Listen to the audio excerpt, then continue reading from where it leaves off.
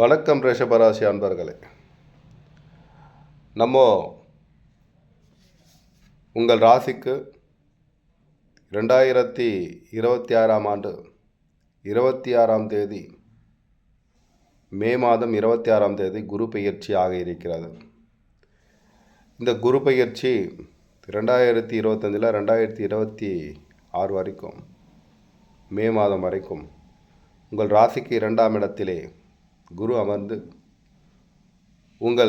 உங்களுக்கு பல்வேறு சுப காரியங்களை நடத்தி கொடுத்திருப்பார்.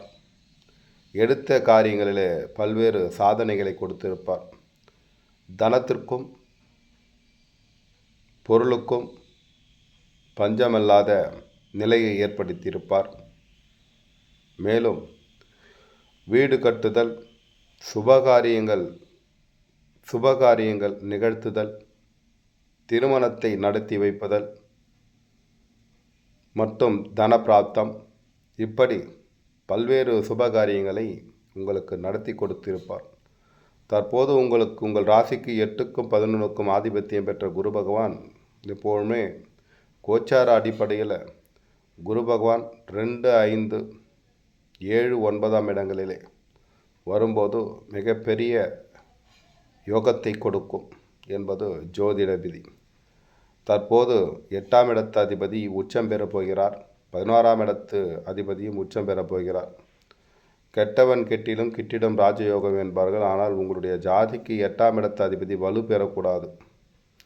அப்படிப்பட்ட வலுவாக குரு பகவான் உச்சம் பெறப் போகிறார். கடகராசியிலே 8ஆம் இடத்து அதிபதி உச்சம் பெறுவது வம்பு, வழக்கு, கோர்ட்டு கேஸு, எதிர்பாராத விபத்துக்கள், எதிர்பாராத தனவிரயம், இப்படி பல்வேறு விஷயங்களில் உங்களுக்கு ஏறுக்கு மாறான நினைத்தது ஒன்று நடப்பது ஒன்று தான் நடத்தி கொடுக்கக்கூடிய சூழ்நிலை தற்போது குரு பகவான் இருக்கிறார். ஆகவே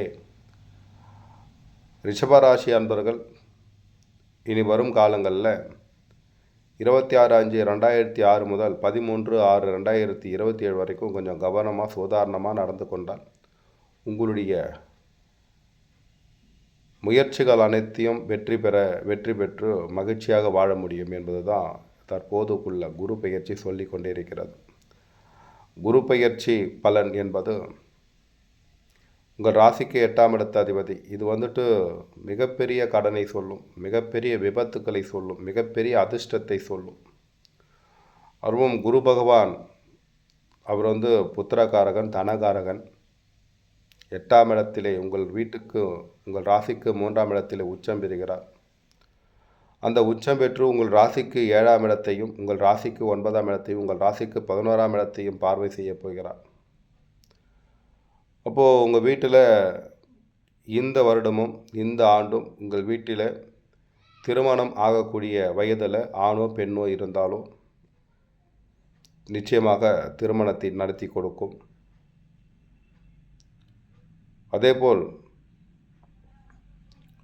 சமுதாயத்தில் ஒரு தர்ம காரியத்தில் ஈடுபடும் பொழுது அந்த தர்ம காரியம் வெற்றி பெறும். கோயில் குலகங்களுக்கு குடமுழக்கு செய்வது, தர்ம காரியங்களில் ஈடுபடுவது, பொது வாழ்க்கையில் வெற்றி பெறும், அதாவது ஈடுபடும் அன்பர்களுக்கெல்லாம் இது ஒரு சாதகமான காலம். சாதகமாக இருக்கிறது என்று எல்லாமே எல்லாவற்றையும் தாங்கள் எளிமையாக நினைத்து கொண்டு உதாசீனமாக நடந்து கொண்டால் மிகப்பெரிய தோல்வியை சந்திக்க நேரிடும். விழிப்புணர்வோடு இருந்தால் இந்த ஆண்டு என்பது, இந்த குரு பெயர்ச்சி என்பது உங்களுக்கு இரட்டிப்பு வெற்றியை கொடுக்கும். ஏனென்று கேட்டால் 11ஆம் இடத்து அதிபதி 11ஆம் இடத்தையே பார்வை செய்கிறார். அதேபோல் உங்கள் ராசிக்கு 7ஆம் இடத்தையும் பார்வை செய்கிறார். குரு பகவான் 3ஆம் இடத்திலே உச்சம். உங்களுடைய சகோதரர்கள் அவர்களுடைய கை ஓங்கி இருக்கும். அவங்க வீட்டில் சகோதரர்களுடன் பகைமை பாராட்டாமல் நட்பு பாராட்ட வேண்டும். மூன்றாம் இடம் வலுப்பெறுகிறது. உங்களுடைய முயற்சிகள் அனைத்தும் வெற்றி பெறும். உங்கள் முயற்சிகளை கவனமாக நகர்த்த வேண்டும். அப்போது தான் வெற்றி கிடைக்குமே தவிர மாறாக செயல்படும் பொழுது அது தோல்வியும் தரும். எப்பவுமே ராசிக்கு 8ஆம் இடத்து அதிபதி உச்சம் பெறக்கூடாது. அப்படிப்பட்ட உச்சம் என்பது நம்பிக்கை வைத்து நீங்கள் செய்யும் காரியம் திடீரென்று மாற்றத்தை தந்து அகால பாதாளத்தில் தள்ளிவிடும். ஆகவே விழிப்புணர்வோடு இருக்க வேண்டியது இந்த காலகட்டங்கள்.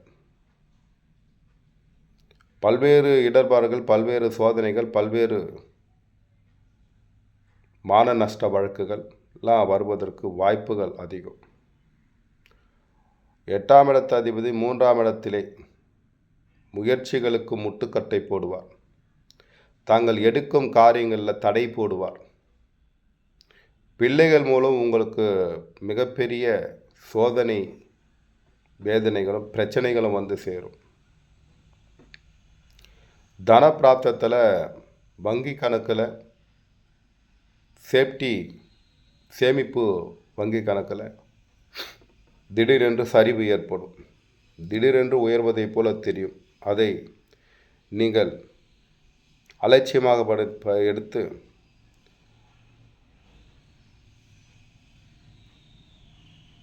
அதாவது முதலீடு செய்தால் அந்த முதலீடெல்லாம் உங்களுக்கு நஷ்டத்தை தரும். வங்கி அதாவது ஷேர் மார்க்கெட்டிங்கில் தற்போது கவனமாக இருக்க வேண்டும். ஒரு நிதியை, ஒரு பணத்தை எடுத்து முதலீடு செய்கிறீர்கள், அந்த முதலீடு சரியாக தான் நம்ம முதலீடு செய்கிறோமா என்று கவனமாக செயல்பட வேண்டும். இப்படிப்பட்ட பல்வேறு விஷயங்களில் நீங்கள் கவனமாக இருந்தால் மட்டுமே இந்த குரு பயிற்சி உங்களுக்கு வெற்றியை தரும். உங்கள் ராசி அதிபதி தற்போது 2ஆம் இடத்திலே குரு பயிற்சி அன்று 2ஆம் இடத்திலே இருக்கிறார். ஒரு விசேஷம் பொருந்திய நேரம்தான். ஆகவே உங்கள் ராசி அதிபதி பலமாக இருக்கிறார். உங்கள் ஜனனகால ஜாதகப்படி உங்களுடைய ராசி அதிபதி, உங்களுடைய 5ஆம் இடத்து அதிபதி புதன் பகவான், 9ஆம் இடத்து அதிபதி சனி பகவான் எப்படி இருக்கிறார்கள் என்று பார்த்து கொண்டு அவர்கள் பலமாக இருந்தால் தாங்கள் எடுக்கும் காரியங்களில் வெற்றி கிடைக்கும்.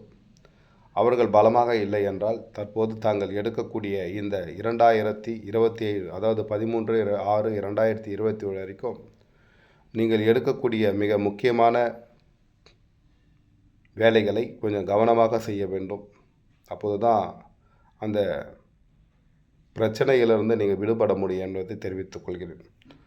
பல்வேறு நிலைகளில் குரு பயிற்சி 3ஆம் இடத்திலே வருவது, உங்கள் 8ஆம் இடத்து அதிபதி உச்சம் பெறுவது தவறு. 3ஆம் இடத்திலே வருகிற அது மறைவு ஸ்தானம். இப்போ பிள்ளைகளால் பிரச்சனை ஏற்படும்.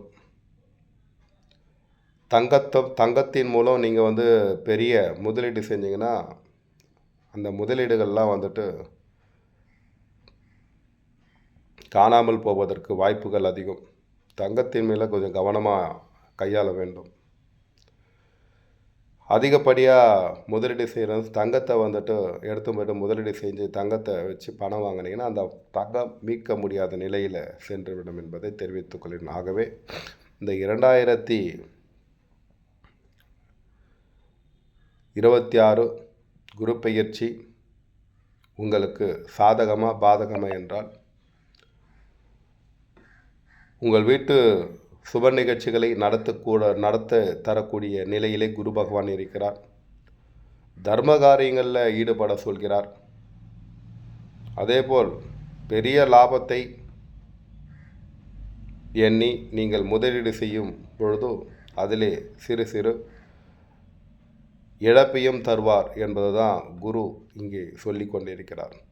11ஆம் இடத்து அதிபதி 11ஆம் இடத்தை பார்க்கிறது. இரட்டிப்பு லாபம். அது கவனமாக நீங்கள் முதலீடு செய்தால் மட்டுமே, அல்ல என்றால் இழப்புகளும் வந்து சேரும். அதேபோல் இரட்டிப்பு இழப்பும் வந்து சேரும் என்பது தான் இங்கே குரு பகவான் சொல்லி கொண்டிருக்கிறார். அன்பு ரிஷபராசி அன்பர்கள் அதிகப்படியாக பேசக்கூடியவர்கள், அதிகப்படியாக சிந்திக்கக்கூடியவர்கள், அதிகப்படியான ஒரு எல்லோரிடமும் கலகலப்பாக, விறுவிறுப்பாக, சுறுசுறுப்பாக, மனம் விட்டு பேசுவார்களா என்று கேட்டால் அது இல்லை. மனதிலே ஒன்று வைத்துக்கொண்டு பிறரிடமிருந்து என்னெல்லாம் வாங்க முடியுமோ அதெல்லாம் வாங்கிக் கொள்வார்கள். இவர்களிடமிருந்து எதையும் வாங்க முடியாது என்பது ரிஷபராசியின் முக்கியம் வாய்ந்த பலன்கள்.